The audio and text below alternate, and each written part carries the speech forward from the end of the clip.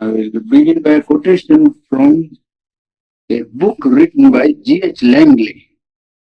Sir G.H. Langley, really speaking, he was Vice Chancellor of Dhaka University and he retired to England and he was asked by the Royal India, Pakistan and Ceylon Society to write a book on Sherindow's philosophy. And Royal India Pakistan Society published that book under the heading Sherwindo, Indian poet, philosopher, and mystic. In that book, written by G.H. Langley, he writes Sherwindo is both a poet and a speculative thinker. The same is true of Rabindranath Tagore. But the thought of Sherwindo appears to me more comprehensive and systematic than that of Tagore.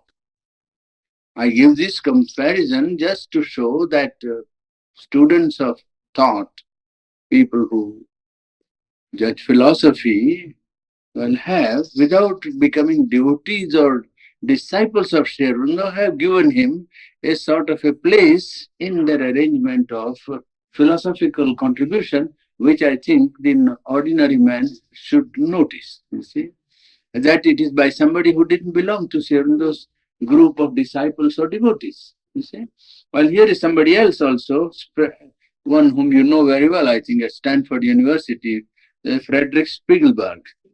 He wrote also in his book, I have never known a philosopher so all embracing in his metaphysical structure as Sri Aurobindo. None before him had the same vision. I can foresee the day when the teachings, which are already making headway, of the greatest spiritual voice of India, Sri Aurobindo, will be known all over America and be a vast power of illumination. So here you see another outsider who is not a disciple or devotee paying a tribute and trying to enter into the spirit of Sri Aurobindo's writings. Well, this gives us some good start to say that it is not all one-sided view that we are trying to take up and advocate. Well, here, therefore, I spoke yesterday, or even in one of my previous lectures, I spoke of Sri Aurobindo's contribution as the dawn of a new age. And today I would like to begin by giving some historical background also. In the last decade of the last century, there was a profound stirring of the spirit of India, as we call it, the Bharat Shakti. It was the beginning of the movement of Indian independence. It might be difficult for a reader of Life Divine, the great philosophical work, today to imagine that its author was one of the very few nationalist leaders in those stormy days of Indian politics. This is difficult for a man to understand. When he takes up Life Divine, he thinks he must have been a philosopher sitting in his cabin thinking of the world's problem. He doesn't know that he was a very great dynamic leader of all India stature. It was during his detention in an as an under trial political revolutionary in 1908 that he got the second crucial experience of yoga that became the turning point of his life. In a certain sense, it was an epoch-making experience.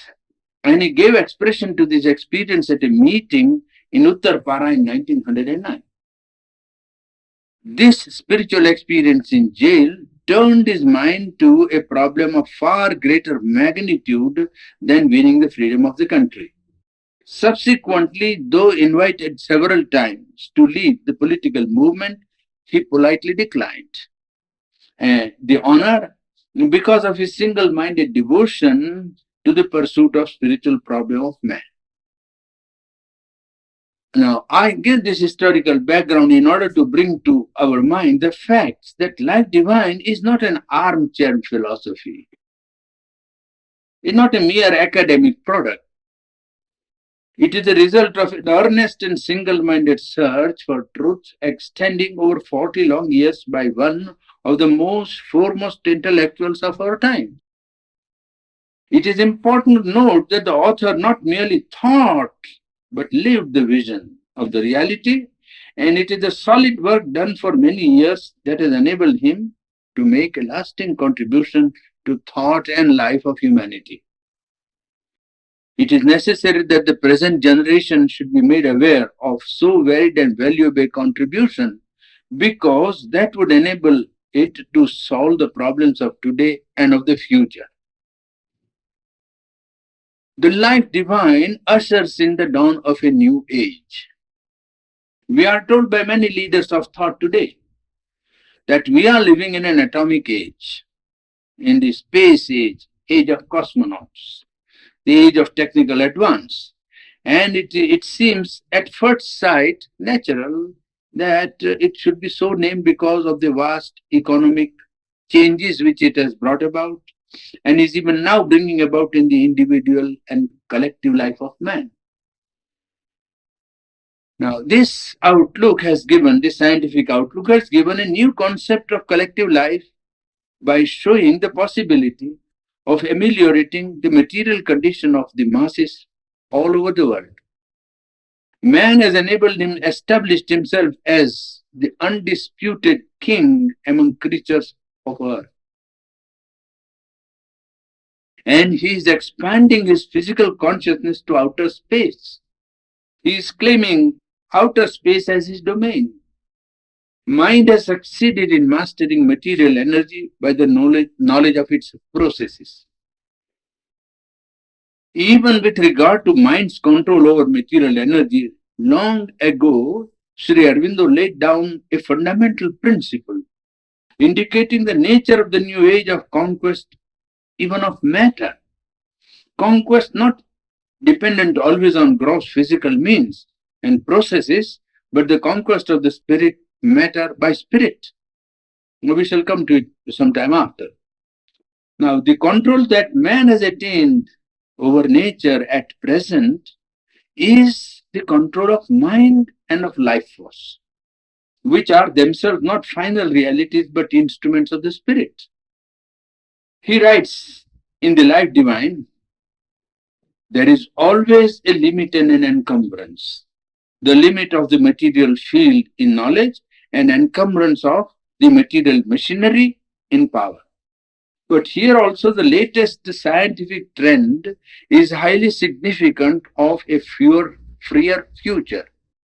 As the outposts of scientific knowledge come more and more to be set on the borders that divide the material from the immaterial, so also the highest achievements of practical science are those which tend to simplify and to reduce to the vanishing point the machinery by which the greatest effects are produced. Wireless telegraphy is nature's exterior sign and pretext for a new orientation. The sensible physical means for the intermediate transmission of the physical force is removed. It is only preserved at the points of impulsion and the point of reception. Eventually, even these must disappear. For when the laws and forces of the supraphysical are studied with right starting point, the means will infallibly be found for mind directly to seize on physical energy and speed it accurately upon its errand. There, once you bring yourself to recognize it, lie the gates that open upon the enormous vistas of the future. This is a quotation from Life Divine. Shows how he looks upon the still greater progress of man's conquest over matter, not merely by mind, but directly by the action of the spirit. But man, the mental being, in spite of his scientific advance, is still a slave of his own nature. Man is subject to his blind desires, impulses, passions, ambitions, greed, ego. In short, he is slave of ignorance. The advance in technique has given rise to a tendency to increase his needs and to raise the standard of life, as it is called, to multiply the gadgets for his comfort. And it is slowly changing the values of life by promoting the false notion that the physical is the only real. Now, the exclusive concentration on mere material advance is not enough to create a perfect individual or a perfect society. Even in science, in societies that have achieved a very high degree of material advance, there are already signs of satiety and psychological malaise which manifest itself in increasing nervous disorders. We may ask ourselves whether this scientific advance with its utility to life and mastery of sense data is leading man towards the truth. It is true that science gives efficiency, which is very essential, but efficiency alone is not and cannot be the goal of life. To a strictly scientific and rationalistic view or outlook, truth is unknowable. What today is urgently needed is not only mastery over nature, but also self-mastery.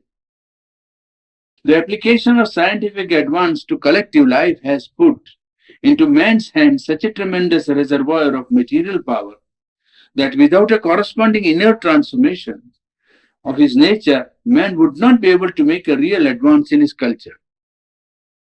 It means the material advance by itself would not solve man's problems, though the possibility of its misuse has instilled fear in man's mind, and fear makes man halt and think. But that fear would not deter him, but only bring about the necessary inner change. Would only deter him, but not bring about the necessary inner change. Billy Graham in The Life, August 15, 1960, writes, American genius has enabled us to change virtually everything but ourselves. It is absolutely impossible to change society and reverse the moral trend unless we ourselves are changed from inside out. This feeling and this perception is fairly widespread among the intelligentsia everywhere. And I believe that it is symptomatic of the new psychological change that is trying to establish itself in mankind. The material advance itself, man's mastery over unlimited material energy, simultaneously man's feeling of a need for changing his own nature. These are signs of the descent of the supramental on in Earth's evolution. Sri Aurobindo advocates the control of matter by the spirit. But in order to be able to do that, man must rise above his present state of consciousness. He must rise from his mental consciousness to the truth consciousness, to the supermind. Well, when I was lecturing at Cambridge at Friends Hall in 1955 November, well, I said to the Cambridge people, the audience, yours is an old seat of learning, this Cambridge, and it has distinction of giving to the world great discoverers like Newton and Faraday and others. I have come to tell you that here in this King's College, there was another distinguished discoverer, Sri Aurobindo from India, who laid bare the supramental level of consciousness, opening thereby an immense realm of spiritual experience to man. In the words of Dr. Gokak, his work opens up new horizons that spell new cultures upon earth. It's not merely one culture, new type of cultures. And so the life divine meets the challenge of the agnostic and materialistic outlook now trying to dominate the world. But in a more profound view, it satisfies the deepest need of man, his aspiration for an integral perfection. While it thus satisfies the spiritual need of mankind, it is an equally characteristic contribution of India to the human culture of the future. For without those fundamental spiritual elements, no human culture could be perfect. Sri Aurobindo's works may be said to be the international form of Indian culture. My friend Dr. Chandrasekharan, an Andhra poet, says that no other philosophy or religion gives to life on earth such a high significance as the works of Sri Aurobindo. Well, there are people who today are hopeful about solving the problem of man's complex problems today. They're confident of solving them by other than spiritual methods. You see, there are other factors also that have intervened, and some of them advocate resorting to social or political action for solving man's problem. There has been, first of all, there are three psychological factors that have emerged. One, an internationalism all over the world, tendency to make the world one, an internationalism, not insistence on exclusive national egoism or national consciousness, but a tendency to create internationalism, a consciousness of the whole of humanity, a universal demand for a kind of socialism. Everywhere, in every nation, even which is very strongly individualistic and democratic in its outlook, the pressure has been to demand a kind of socialism, kind of justice for all, opportunity for all, and something that you do must be meant for as many as possible. That is one. And increasing prominence given to ethical values in international politics. Gradually, the balance of power is shifting from economy and military force to ethical forces in international life. There was a time when nations, when they wanted to decide the questions or the problems which came before them, they resorted either to economic pressure or political power, or military force. You see, well, combination of military forces and so on. Now, after the two world wars, the balance is now shifting slowly, not very quickly, but slowly, to ethical forces. In international life now, well, ethical element, whether what you do is right or not, is good or not, but is regarded as an important factor in deciding the policy of nations. Now, this coming out of prominence into prominence of ethical values in international life is also a third important element. Now, the question is whether these new values, with the scientific advance, would they be able to solve man's problems? This is a question. There is a great confusion also with regard to the nature of the problem itself, in fact. It is supposed by some that a plan or a program carried out by social, political, or other outer means would perhaps solve man's problem. About that, Sri Aurobindo says that the advocates of action think that by human intellect and human energy, making an always new rush, everything can be put right. The present state of the world, after the development of intellect and a stupendous output of energy for which there is no historical parallel, is a signal proof of the emptiness of the illusion under which they labor. Yoga takes the stand that it is only by a change of consciousness that the true basis of life can be discovered. From within outwards is indeed the rule. This he wrote on yoga. You see, the Tom 1. Some others think that a certain thought, some ism, propagated by sincere person, through agency of speech and travel and radio and press and books and television and padayatras, as they call it, walking on foot, would bring about the necessary inner and outer change.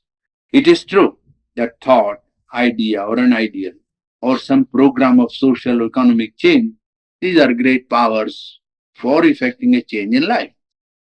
But the most important thing, very often forgotten, is that there is no outer problem.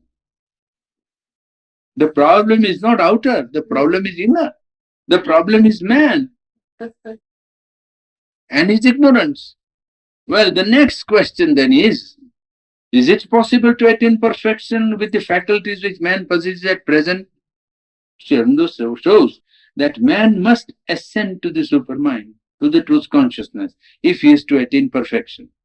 General tendency when such questions come up is to regard them as fundamental and insoluble. And if solutions are offered, well, they say this is a good solution, but it is utopian, impossible. It is a chimera, it can't be carried out in life. This wrong attitude prevents a proper approach and retards the solution of important problems. An illustration can make the point clear. If Mahatma Gandhi had consulted the statesmen and political leaders of his time to advise him about his contemplated resort to satyagraha, non-violence, to secure independence for India, what do you think would have been the reaction? With one voice, they would have declared him crazy and advised him against any such utopian method that would surely invite failure, if not political disaster. Well, granting that India does not owe its freedom entirely to Satyagraha, still, it is clear that Gandhi did the right thing in trying his novel experiment for which he consulted only his own conscience. The world has now a new weapon for setting right some of the political wrongs. What is or what seems impossible at one time becomes possible after some time. So the science of medicine, physics, etc., have achieved many things that were at one time considered impossible. And Sri Aurobindo writes in his epic Savitri, the high gods look on man and watch and choose. Today's impossible for the future's base. So fundamentally there is nothing that should be considered impossible. The program that he lays down for man in books like Life Divine. Well, now we take up the chapter where we left it. It is I think the third chapter, isn't it? Yes. And there are some points in it which will come up gradually when we deal with the subject matter. The problem is whether it can be said in general first that consciousness is the fundamental fact of the universe. And this consciousness is cosmic. Individual is only a term or a particular application of this cosmic consciousness. Consciousness is the fundamental fact of the cosmos, and cosmic consciousness of it, the individual is only one particular application, is secondary and working out of it. Now, whether this cosmic consciousness is the highest, this is a problem. This is one question. And in this chapter which we are trying to read or deal with, we'll see that cosmic consciousness is not the whole of the reality that is at work. There is something beyond the cosmic consciousness. There is a transcendent, if you like to call it, or supra-cosmic reality. Not only ego is transcended, but also the cosmos is transcended. The cosmic consciousness is far wider than the ego, and the transcendent consciousness is far wider than the cosmic. Now, and therefore this conception or the experience of the transcendent reality, which exceeds the cosmos, which is far superior to the universe, makes a great appeal to man when he awakens to it in his spiritual life. See? When man first begins to search for the reality and comes to the cosmos or cosmic consciousness, and then sees a reality or feels a reality or experiences a reality beyond, then he is overcome by the vastness of the experience, by the colossal nature of it, and he thinks this is the only reality. And then cosmos, life, universe, nature is unreal, illusion, non-existent, or not so important. Well, that becomes a natural attitude of the man who first feels consciousness as the fundamental fact, cosmic consciousness as the most fundamental reality. And if he feels a reality beyond the cosmos, he feels, well, that is a real reality and this is, well, an illusion. The sannyasin, the ascetic, gets enamored of this, of the beyond. And therefore, from his point of view, he is justified in thinking that the pure spirit is the only reality. It is free from birth and from change and from death. And the materialist, as we talked yesterday, looks upon matter as the only reality. Both positions equally supported by logic, by reason. The denial of the materialist and the denial of the ascetic. You see, uh, matter is supported by the evidence of the senses, and therefore we think, oh, we are at a dead end here. That is not quite true. Even matter has its own occultism. Matter has, existences which our senses are not capable of knowing. Physical realities which are really suprasensible, which are beyond the range of our senses. Senses themselves are supraphysical. Senses themselves can know matter without gross, organs, telepathy, supraphysical knowledge. All that is bearing evidence to what might be called the occult in the material level of consciousness, on the plane of matter itself. Though the knowledge of this occult world at present is imperfect because of defective methods, and it requires to be checked, it requires to be controlled, scrutinized, and so on, but that matter has subtler states which our senses don't perceive as a truth. Just as beyond the cosmos, the ascetic feels the transcendent, below matter or behind matter, the scientist or the materialist does know that there is an occult which he doesn't know. You see? So that both ways there is a sort of a transcendence. You see, transcendence beyond the perception of the cosmic spirit, and a transcendence of the limitations of matter because they are overcome by, or they are removed by the occult phenomenon which occur on the plane of matter. Therefore, in both senses, the worlds beyond already exist, beyond matter and beyond cosmos. You see, and then you can ask this question. But before that, I think we can dispose of this problem of occultism because that is germane to our talk. Occultism is seen by normally in our life. If we pursue the occult phenomenon, we find that occultism is known as in the realm of spirit communication, in telepathy, in hypnotism, in faith cure, and in thought transference, and so on. And you can say that the methods are not always reliable and refined and effective, but and conclusions required to be checked and controlled and disciplined and so on. But that they occur and they are valid, I think nobody can doubt because it's not. He puts it down in one place in one of his books. I mean, Sri Aurobindo, that the occult, it is in life divine itself. The occult is a part of existence. Occult is a part of our existence. Science itself is in its own way an occultism.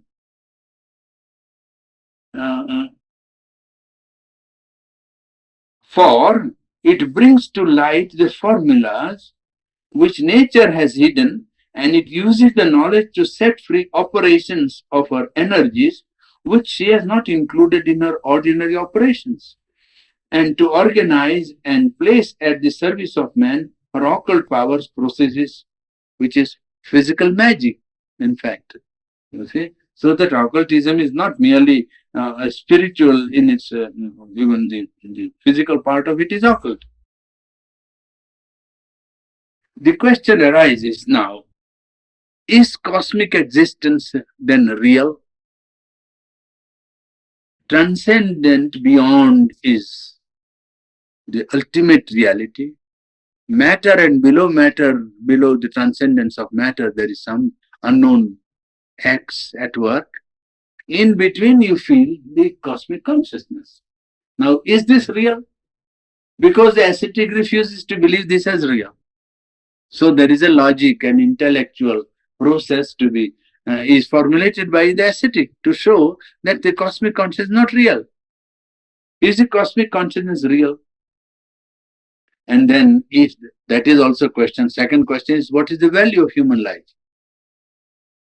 If cosmic life is not real, then what would be the value of human life? Means to say, is it that the human life, the individual is there for a short time and he must snatch, from his transient existence, which he can or which he may, uh, utilize for the time being in enjoying the life as it is presented to him, or what he might do with it is to submit himself to a dispassionate, objectless service of the race, knowing full well that all this is transient fiction. And this is, I think, the attitude which some of the modern schools of thought are advocating, in fact. That, yes, you devote yourself to dispassionate, objectless service of the race, knowing full well that all that is transience. In fact, in one sense, the attitude which some of the Zen schools today are adopting is something like that. The Zen Buddhism, in its origin, I know it is quite different in its origin, but in its interpretation today, what I find is that, it is a flow, it's a flux, an eternal flow in eternal time. Therefore, there is no sense in saying we have arrived at anything. You can never arrive at anything.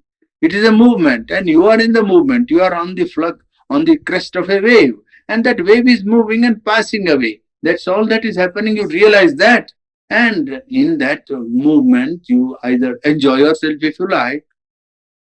You see, snatch as much of joy as possible, or make the most of life that is given to you. Or if you have got some awakened ethical conscience, then you devote yourself to a dispassionate, objectless service of mankind, knowing full well that all that means nothing. You see, that's it. Well, so then what is the human life? Only a nervous spasm of matter? This is how he puts it in Life Divine. Is it a nervous spasm in matter? It means you advocate a material mayava. Yes, that all is nothing, you see. Because the well, the world is and is not. Matter is and matter is not. It is because, it is present and compels. It is not because it is only phenomenal and transitory. It is going to pass. So, and second difficulty in solving this problem of whether cosmic consciousness is real or not is that normally man has no experience of cosmic mind. He has no experience of supermind. So how is it to decide whether cosmic consciousness is real or not? Well, the remedy to solve this problem, Sri Aurobindo suggests here, is that we must try to extend the field of our own consciousness and get into the experience of cosmic consciousness. And this can be done not by simply wanting it. The human individual will have to increase the instrumental capacities of his nature. He is given certain instruments, eyes, nose, ear, and so on. Then mind, thought, vital power, emotional being, intellectuality, reasoning power, concentration, understanding, comprehension, you see, willpower, and all that. A complex instrumentation is given to him. He must increase the capacities of the instrument. Then the individual will be able to expand into the cosmic consciousness. And when he expands, he will find that not of the individual, but of the whole cosmic movement, there is a witness self.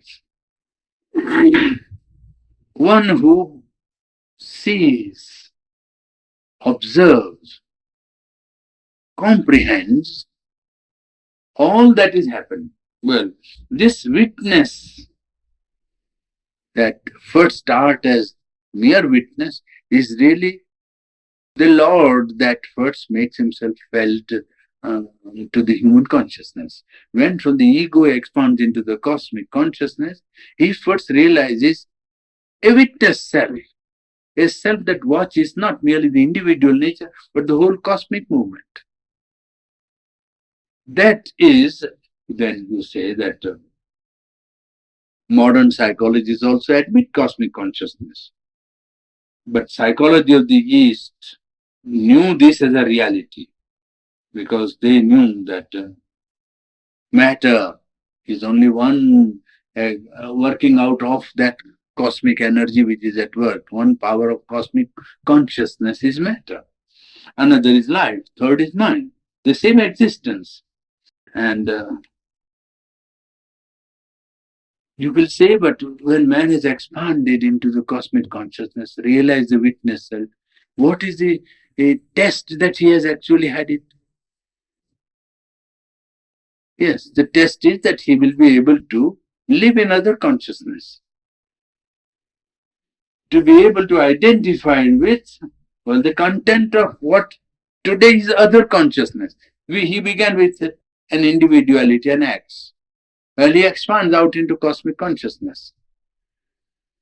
When he takes up his individual station again, he is able to identify himself with the content of consciousness of what to him as an individual are others. He is able to know, the content of consciousness which is not his individual self. Well, that is one test. He says that when we live in it, we live also in other minds, in other lives, and we can produce effect on others and produce effect on the physical world. You see? And even mold events. We can take part in and molding world events. The cosmic consciousness, therefore, is real. And its effect also is real. Thus, the world, which is a product of cosmic consciousness, is also real world. When we say world is real or cosmic consciousness is real, we do not mean to say that it is independent existence. It is real because something greater than cosmic consciousness is real. You understand? When you say cosmic consciousness is real or the world is real, we do not mean to say that it has an independent existence apart from something else. No, it depends. It's a dependent reality. Reality in the sense that it is an expression of a greater reality than the cosmos, than the universe. The transcendent really is, well, the basis of the cosmos. So that you would say, in one sense, that who creates the world? Cosmic consciousness, yes, you can say yes, it creates, but then there is a conscious energy, and conscious energy which is one with being, that creates the world. A term of the transcendent. It is the Sat and the Chit aspect of the Supreme that, is responsible for the world creation. Therefore, conscious being that we speak of thus is more than the universe. Conscious being, not cosmic being minded. It lives independently. And also it lives equally in cosmic harmonies. It lives independent of the cosmos. It lives also within, inside the working of cosmic harmonies. The world that we know lives by that which is beyond the cosmos. But that does not live by the world. You understand? Yes. That is the one thing to be grasped with regard to this. And the great fact of this life manifested on earth is that man can ascend to the transcendent. It is possible for man as an individual to ascend to the transcendent truth. That by which the world lives, but which does not live by the world. Now, this is the whole basis of life divine, that it is possible for the individual to ascend to rise to the transcendent consciousness. There is always a confusion when you take up these questions philosophically and argue out logically, you see, with the mind. But when you take up his expression in poetry, he makes it absolutely simple, you see. This very thing now that we are talking about, in philosophical terms, they will say the transcendent, the universal, the individual. The individual, the universal, the transcendent. Oh, it's a heavy terms, and you feel overcome by what is this transcendent and so on. So in Savitri, he said, the absolute, the perfect, the alone. The absolute, the perfect, the alone. Yes, yeah. Well, has awakened from sleep his, his own power, his own, force. He puts the word force there. Where she lay in, yes, in sleep, guarding from time the immobile power of his solitude. Now there he puts these three terms only, we concentrate only on the absolute, the perfect, the alone. Alone means only one truth. There are no two truths. And that alone is the absolute, transcendent. Absolute in the sense of, well, beyond all relativities, beyond all words. But he is also perfect. And when you say perfect, well, the whole of the universe is brought into existence already. Because you cannot have alone who is perfect. It means no sense.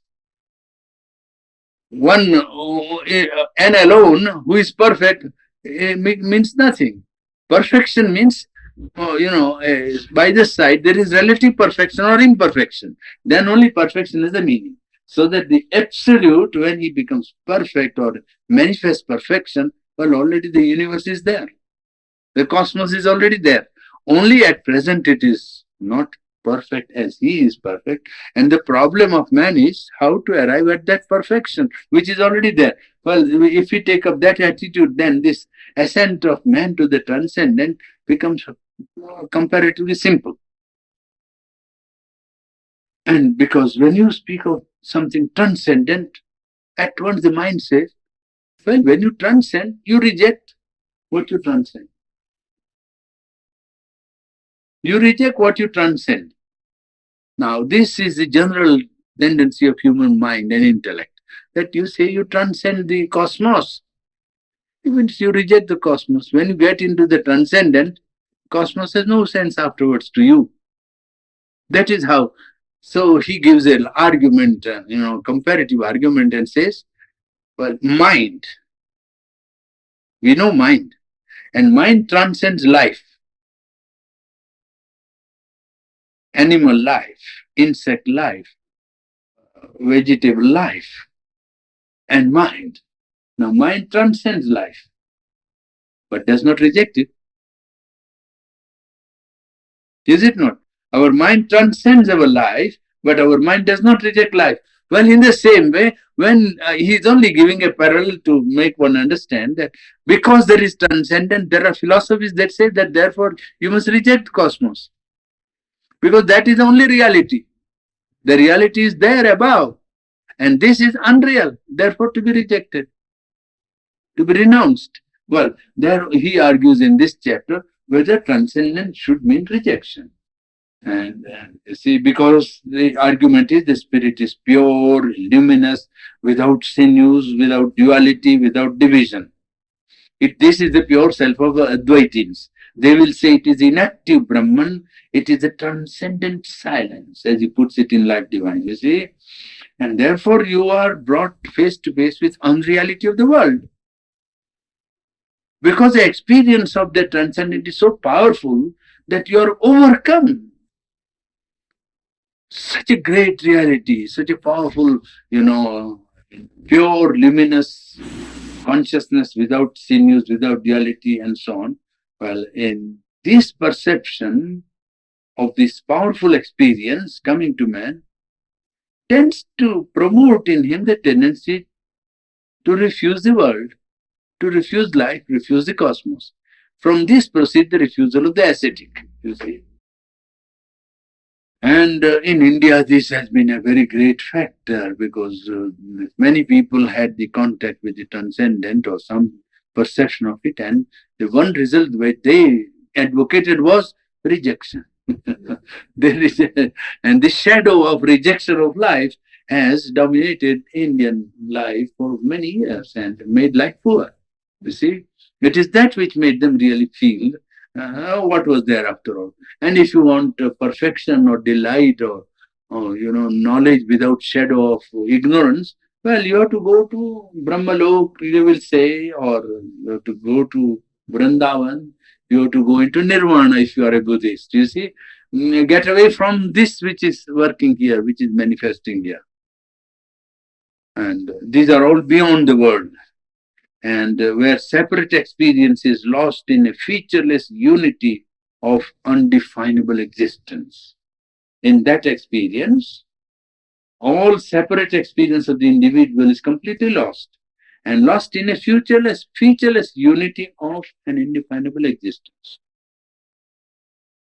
Now, and subsequently, therefore, these people advocated renunciation as the sole path of knowledge. Tyagena ekena amrutatu manashu, they will say. By only renunciation, well, immortality is attained. Acceptance of physical life would be an act of ignorance. If you accept life, it's an act of ignorance. Cessation from birth, the right use of human birth. Okay. Call of the spirit, recoil from matter. Have you received the call of the spirit? Well, the method to start is recoil from matter. This age in which we live is not in sympathy with this ascetic ideal or refusal and renunciation. It's an age which wants to accept life and is in love with life. So they would say that it was this idea of philosophy was due to failing vital energy. Oh, they lost vitality of life, hold on life, and those they said life isn't real and so on. That's how they would argue. And Shirno says that is true for this age, which has no sympathy for this ideal. But in spite of all that can be said against it, there is a great truth also in this attitude of renunciation. Because the race today, in its intellect and its vital habits, is today subject to insistent animalism. It is very near the animal level. And therefore, the insistence of the ascetic that the spirit is man's deepest and most profoundest essence has a great truth for man. That it is the divinity in man, the transcendent spirit, that is the secret reality of man, and not constant repetition of his animal existence. You see, it is necessary to offset and to balance this tendency of modern times by accepting that there was that truth in the attitude of the ascetic, that the spirit is, after all, the ultimate essence of reality, which means something very, very, very, you can say, organic, organically affects the soul of man or the working of man today. The ascetic founded his, his whole outlook on what the Vedanta is called ekameva dvitiyam, one without a second, alone, one without a second. You see, kevalam, they will say, the absolute, unrelated to anything, featureless and free from all relativities and so on. But here Sri Aurobindo says that this is not complete without the imperative second formula, Sarvam Khalu Vidam Brahma. All this is the infinite. All this is the Brahman. One alone is true, but all is that truth. You see? And unless this all is also included in the one even is not complete.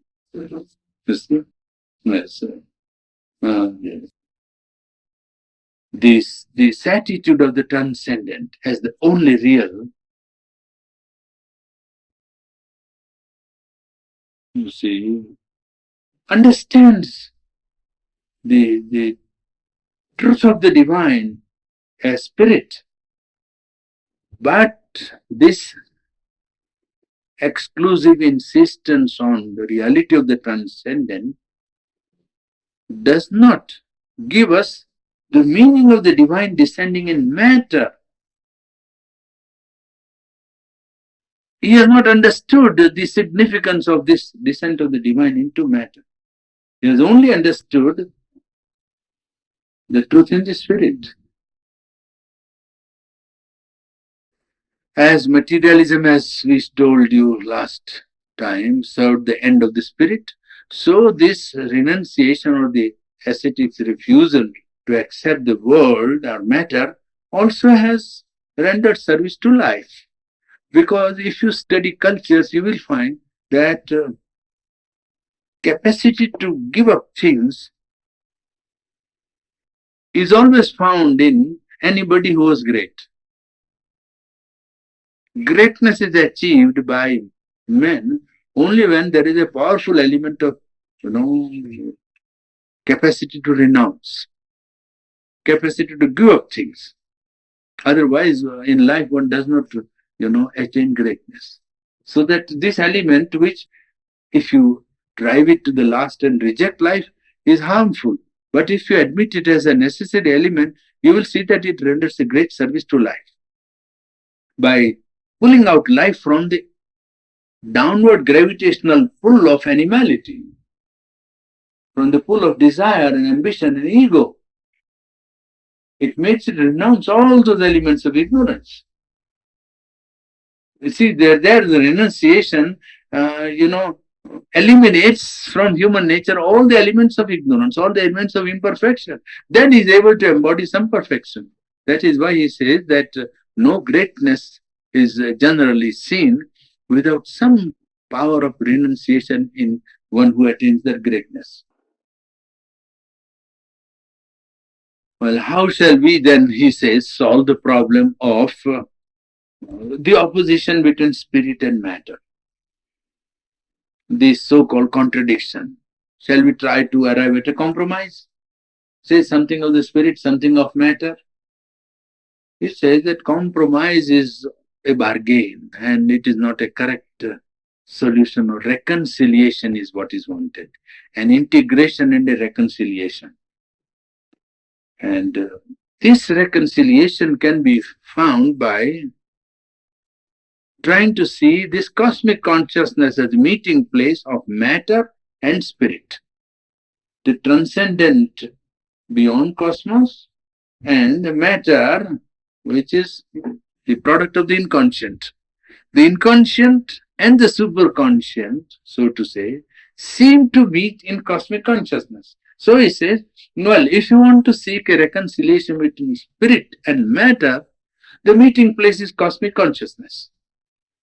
In the cosmos, in the creation, matter and the spirit have got to meet. So there we find a meeting place. And cosmic consciousness can become an agent between God and life, as manifested here.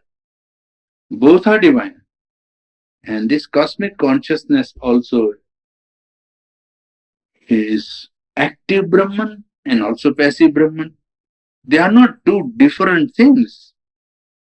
One denying and the other affirming, a cosmic illusion.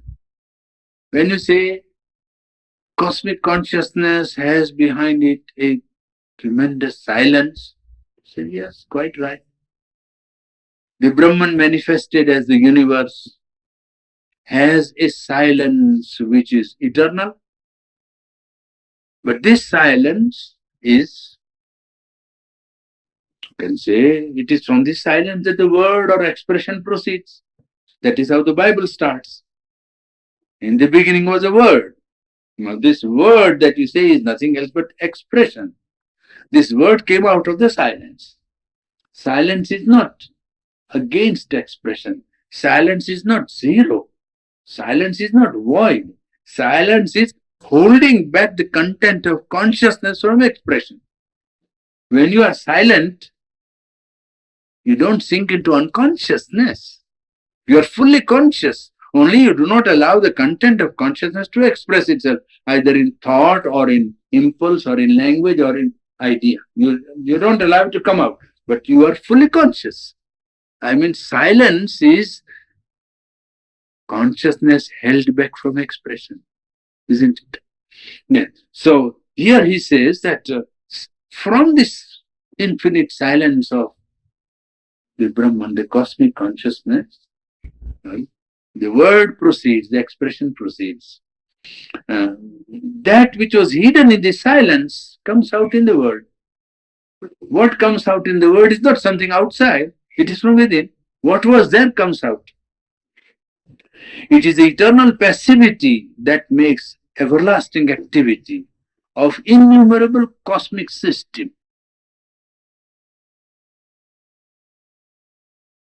There are people who say that silence means rejection of cosmic activity. This is not true. Silence, on the contrary, sustains the cosmic activity, supports the movement of the world. You understand? There are, as some people I told you some time back, say that the transcendence means rejection. There are others who say silence means rejection of cosmos or universe. No, the silence, on the contrary, supports all that is happening. See, it is a silent support which maintains the world. If the Brahman was not fully present at each point of manifestation, things cannot exist. It is not as if it is divided up into systems and planes of consciousness. On each point, on each object that we see, the whole of the infinite is present. The whole of it is present. You see, otherwise, even we would not be able to know the object as an object. We know it because the whole of it is present there in the behind the form. If it was not present behind the form, we would not even know the form. He says, take ordinary human being. You see, when he is silent,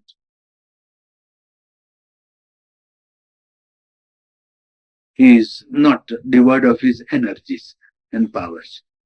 When he is silent, from that calm and silence, he can proceed to inexhaustible, activity. So that the very experience even of mental consciousness gives us some conception of what can happen on a much larger scale in the infinite. You see,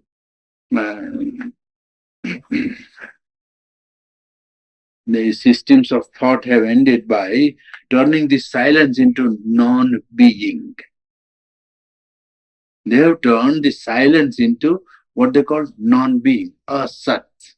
Or there are also passages in Upanishad in which they say that being came out of non-being.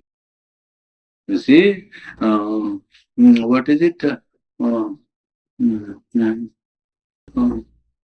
Asatva idam sarvam agre asit. Tasmat sadajayata. The non-being was in the beginning, from that the being began. And then they say that this silence is the non-being. In that there can't be any being, and therefore to merge into that non-being, the silence of the non-being, utter, you can say in one sense, annihilation of being, but that is the samambonam. That is the last great achievement of life and human spirit. Is this non-being You can call it nihil if you like, the highest truth. Well, you say that this is the play with words, he says in Life Divine at this point in the chapter. This is playing with words. Because when you say the silence, the Brahman, the transcendent, the materialist or the logician or the rationalist will say, it's all playing with words. You are only doing words. But when you speak of the non-being, also you are playing with words again. Because what is non-being? You have to define what is non-being. It is also a word. And perhaps it's an ideative formation of the mind. Mind has formed an idea and given expression to it. You say being, self, all that is your own subjective ideas. Well, non-being also is similarly a subjective idea. When we say non-being, we do not mean to say that it is non-existence. We want to say that it is something beyond the reach of mind, the thought and idea. If you say that it is a zero, then it is a zero which is all. And it is some infinite which you cannot describe, ineffable infinite. And such an ineffable infinite is like a blank to our mind. It's like a blank to our mind, but it is not non-existence in that sense. Because when you say being came out of non-being, we can ask the question when? When did being come out of non-being? It's an eternal reality that exists. And there, what mind calls non-being and mind calls being have existed from time eternal. So that you see, it is not a particular point of time at which from non-being the being began. You see, so he puts this question, when did this begin? And if you say that to enter into non-being means negation of all experience, no experience in it, all right, then how can you have that negation of all experience as an explanation for our experience? You see, this is a As's bridge in philosophy. You see, so non-being really means freedom from all being, if you like, freedom from cosmic existence. Not denial of the reality of existence, but denial of the limitation of any expression of itself. Understand? Simultaneous awareness of a conscious self-being as a reality and an unknowable beyond as the same reality then becomes realizable to the awakened human soul. When the human soul really gets awakened into inner life, a simultaneous awareness of self-being, which is conscious, is real. And an unknowable beyond as the same reality which is here. And this realization then becomes possible to the human individual. When you understand that non-being is not, there is non-existence or absence or experience, but it means freedom from all being. And the denial is the denial of limitation of any expression. That is not limited to that expression. Whatever the expression, that which is expressed is not limited by that expression. That's all that non-being means. It does not mean that it is unreal. The individual self expands and can expand into the silence, and even can go beyond the silence. It can achieve the absolute freedom of non-being and yet retain a hold on existence and the universe. This is the problem and this is the solution. An omnipresent reality is the Brahman. This is now the laying down of foundation of life divine, you see, as a thought. An omnipresent reality is the Brahman. not an omnipresent cause of persistent illusion.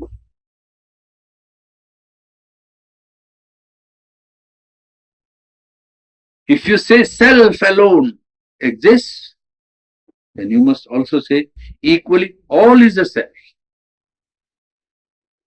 A divine self exists, then you say all is the divine self.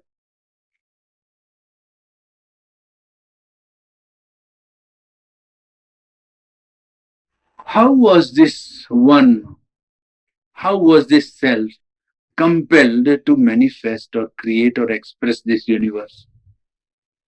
Was there a compulsion? Was there a necessity?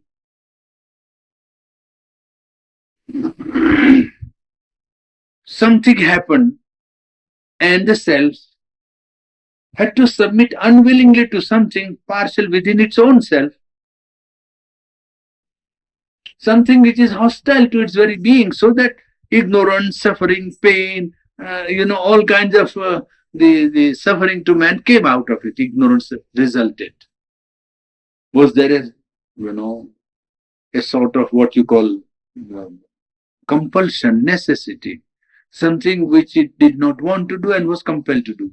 Chandu says, no, there is not that compulsion at the basis of this creation. There is something that wills the manifestation. And if you say that something has willed this manifestation, then who else could have willed it except the omnipresent reality? You cannot shove the responsibility of creation from the one to somebody else who is not the one. You see, to Maya and to Avidya, to some principle which is against the one. You see? So he said, put squarely on the shoulders of the one. Well, who is really to be held responsible? If you say that one is the only reality and omnipresent reality is the basis of the cosmos, then in that case, well, the will of manifestation also belongs to that. That it cannot belong to somebody else. Well, then, thus the question, who is responsible for ignorance, for pain, and for suffering? We have to answer the omnipresent reality, the Brahman. This is true monism. You have then to explain, if you can, logically, all the consequences. But this is really, following the truth to its logical conclusion. Yes.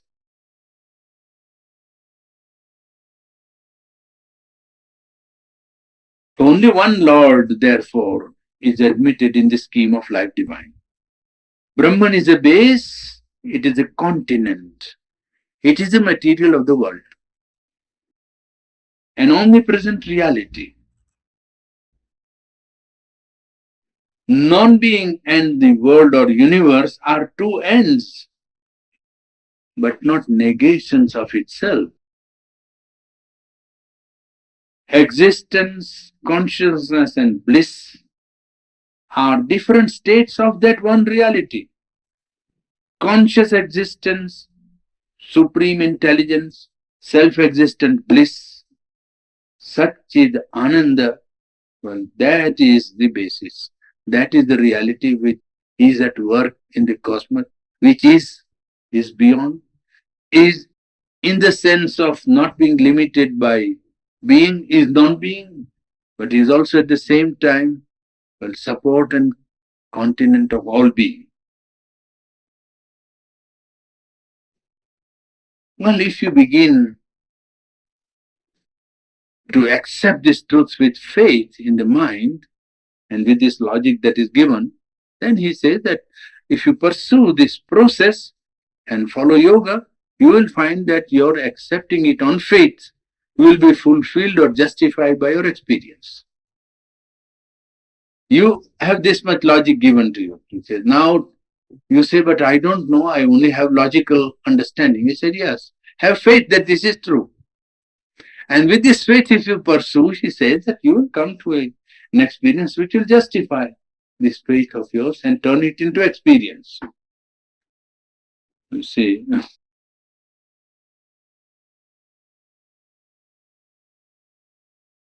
You say that we see only form, we see only, matter.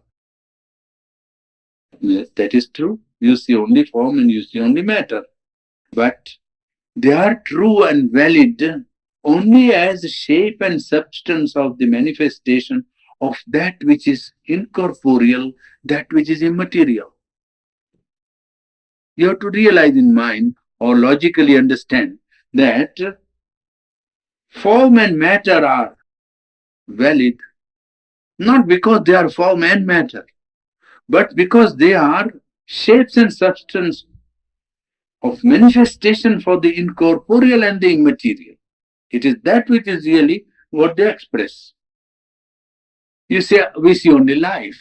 We don't. We see form, we see matter, we see life. Yes, it is life. Now, why does this life exist? Well, in the infinite, in the omnipresent reality, life exists, he says in Life Divine, in the Brahman, in order to discover Brahman within itself. So, in Brahman, in the infinite, the omnipresent reality, many successive forms of consciousness exist at the same time, coeval. They are all planes coexist at the same time. It is not as if he is moving from one plane to another. All coexist and are coeval.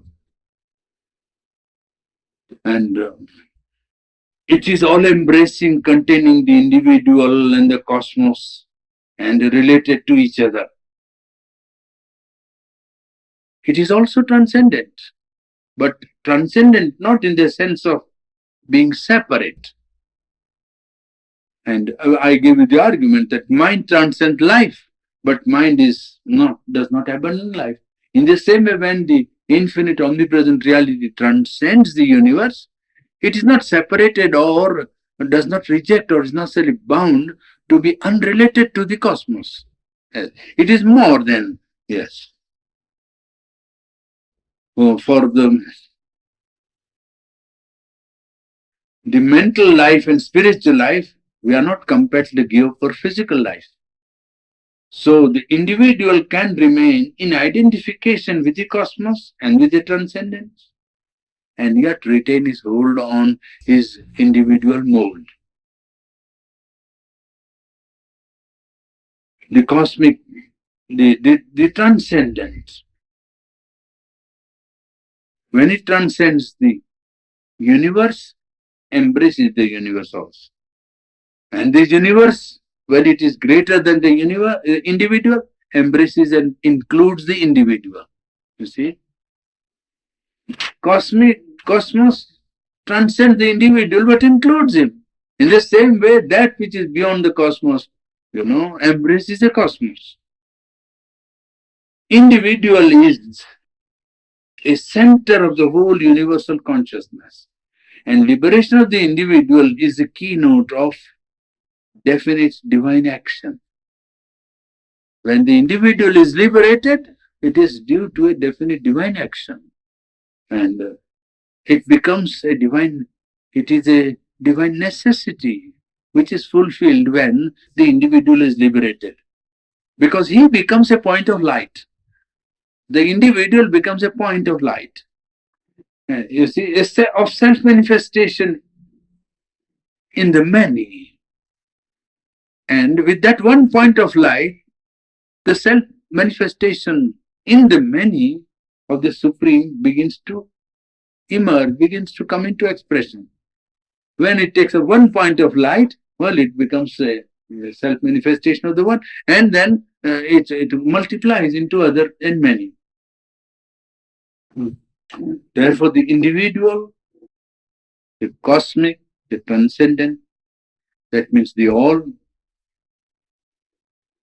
can be equated to the divine. You see, man, when he is in this universe, it is the first emergence of self-aware existence. Self-aware existence. And therefore, man has to become master of itself and possess this phenomenal being and allow this supreme to unfold itself in the individual. Then the solution of man's problem begins to, well, come within the practical appearance of man. You will stop there. I'll give you a scheme. If our board is outside, how I could have. Then you call it transcendent.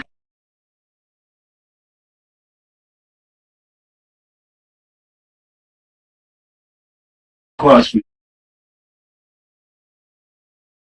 individual. Now this is the all. And this has a silent consciousness, you can say inactive consciousness also, and also an expression or manifestation, or you can say activity. Is that sure? So sure? No, that will belong to this one, you see. It is from here. Now, this is, now this when it transcends extra, supracosmic, this is really speaking supracosmic. But supracosmic means also embracing the cosmos. You see, this includes, if you take all that is the divine. Now, the individual is really a point of expression of the cosmic. It is also a point of expression of the transcendent. It is also a point of manifestation of the divine. So, this one, this is the absolute and the perfect and the alone. You see, absolute, the perfect, and the alone. When you say this, that means the absolute. Absolute is transcendent. You see here, that is. And when you say perfect, that is the all. And when you say alone, he is one. That means you say one, but one that is also the many. You see, in the many, there is only the one. And this realization of the many as the one, or many equal to the one, well, that begins on the basis of the point of light here, individual. So then, in the cosmos, then a number of light points of light begin to act, and then more and more of the light of the transcendent is brought into manifestation in the individual. Oh, that's exciting for us. Were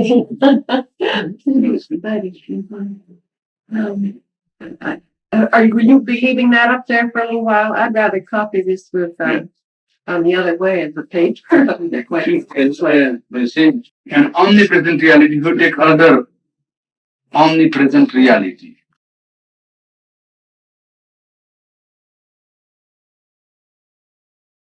And say it has a part which you call non-being. Non-being means independent of all being.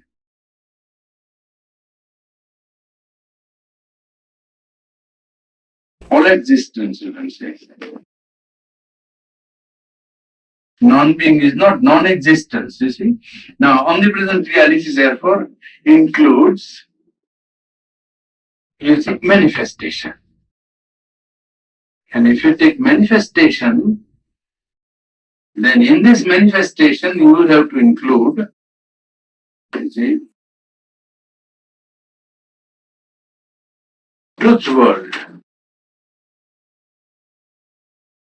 And from the truth world, the present world or cosmos. World or cosmos. And in this cosmos, you will have to include mind, life,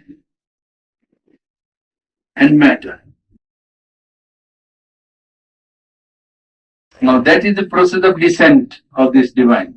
You see, this divine is omnipresent reality. Divine is omnipresent reality equated to this. Well, that is a non-being and being, you can say. Being. Being as manifestation, and this manifestation first, when it proceeds from above, this is the process of descent. Now, from matter, there is again an ascent. Matter to life, life to mind, then from mind to, you see, you will come here to cosmic consciousness or universal consciousness, and from there to supermind here, you see. You come to this consciousness in the supermind, in the process of reascent of life, you see, supermind. There you create the true world. This truth world penetrates in that case again into the cosmos. Well, this truth world again comes. You understand? Yes. Yeah, the divine's first descent creates worlds. Yes. These are worlds. Uh-huh. The cosmos is worlds, and mental world, vital world, material world. And when the evolution begins, then from matter you go to life, from life you go to mind, from mind you go to cosmic consciousness, from cosmic consciousness now to truth consciousness or truth world, supermind. Well, in that case, all the power of this light and the divine, well, is able to come down again into the cosmos, you see. Yeah. Light penetrates into mind again, and you see, first descent was to create the worlds, and the second descent is to create in the world, the manifestation of the supreme light. It seems to lose the light first, so to say, by creating a multiplicity, and then in the multiplicity to bring down the totality of perfection and the life. You see, so that is another way of looking at it. This one. Well, that's the ascent, that's the descent and the ascent. Yes. Yeah. Yes. And again there is the descent. This is the first descent is of the divine, first avatar as they call it, the incarnation is the world. World is the first incarnation, cosmos. That was the first descent of the divine. If the divine did not descend, world cannot come into existence. You see? Yes. And then, so the first descent. The second descent is when from matter the mind goes on rising and opens to the truth consciousness, then the descent into within. You see, it is like a great power that goes on, creating a sort of a globe. You see, it is like.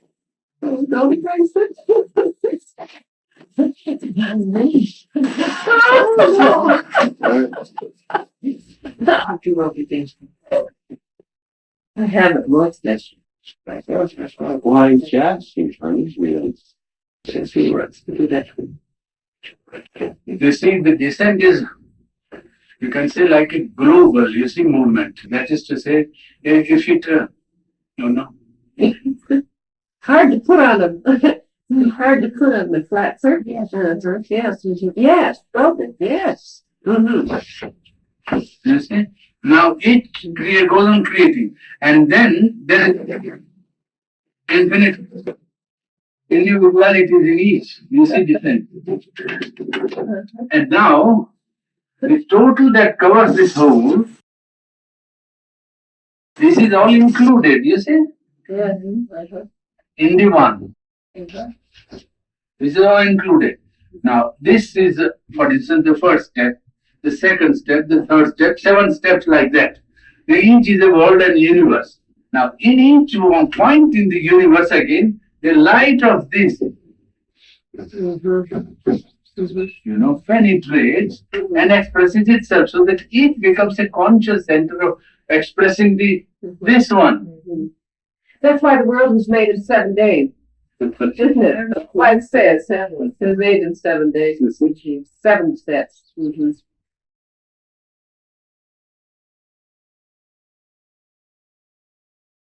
There is a ladder by which it is also represented. One day will show how the 2 ladders work, you see. There is a Ladder of difference. They put it a parabola. You see, the hyperbola is the sign of the infinite in mathematics. You see, the hyperbola represents the mathematical infinite. You take 2 hyperbola. Well, I got the middle one. How that's different.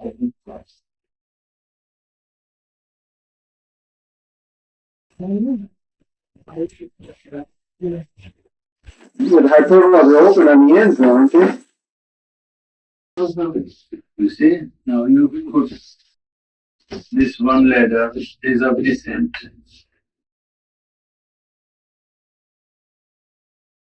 This another ladder is the ladder of ascent.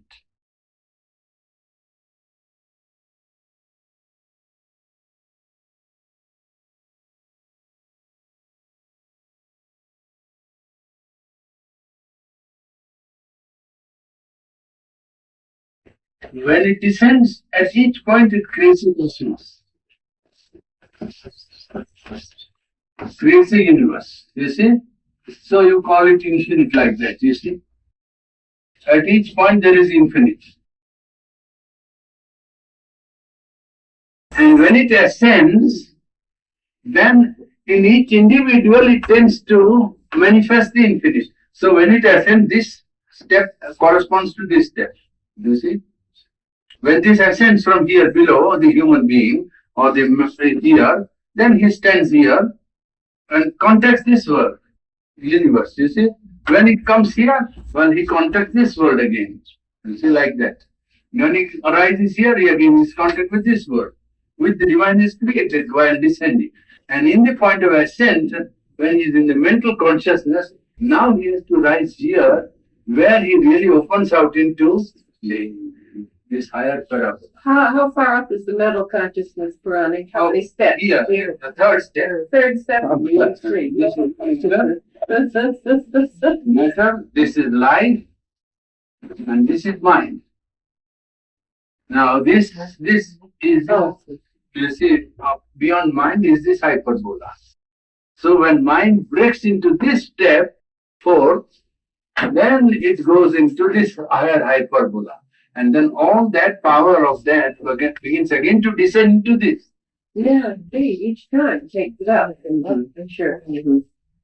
You call that fourth step the supramental or the? Yes, the fourth step is the supramental. The truth consciousness or the supramental consciousness. Supramental or truth consciousness. Oh yes. You know, Purani, it says in the Bible, I shall be comforted, greater than I shall come, the truth consciousness. In the Bible, it says that too. Yes. Yes. There is also a tradition of the coming of the Prince of Peace and so on. Yes. There is a prophecy, and I think Count Cagliostro, there is a prophecy. By, what is his name? A Jewish man, I think. Zarathustra. A Jewish man? Yes, a Jewish tradition. Prophecy? You don't mean Nostradamus. Nostradamus, yes. There he predicted also some sort of coming of the hostile to the divine, Antichrist, which was Hitler probably. I mean, there is a prediction of the Antichrist. There are so many interpretations that you don't know what exactly Nostradamus means. But that he said about an Antichrist is certain. About the coming of an Antichrist who will be anti-divine, and then there will be a lot of confusion in the world, and then the solution of man's problem will come, or something like that. That is Nostradamus. So there's some prediction like that in every country, every culture, I think, more or less, that is there.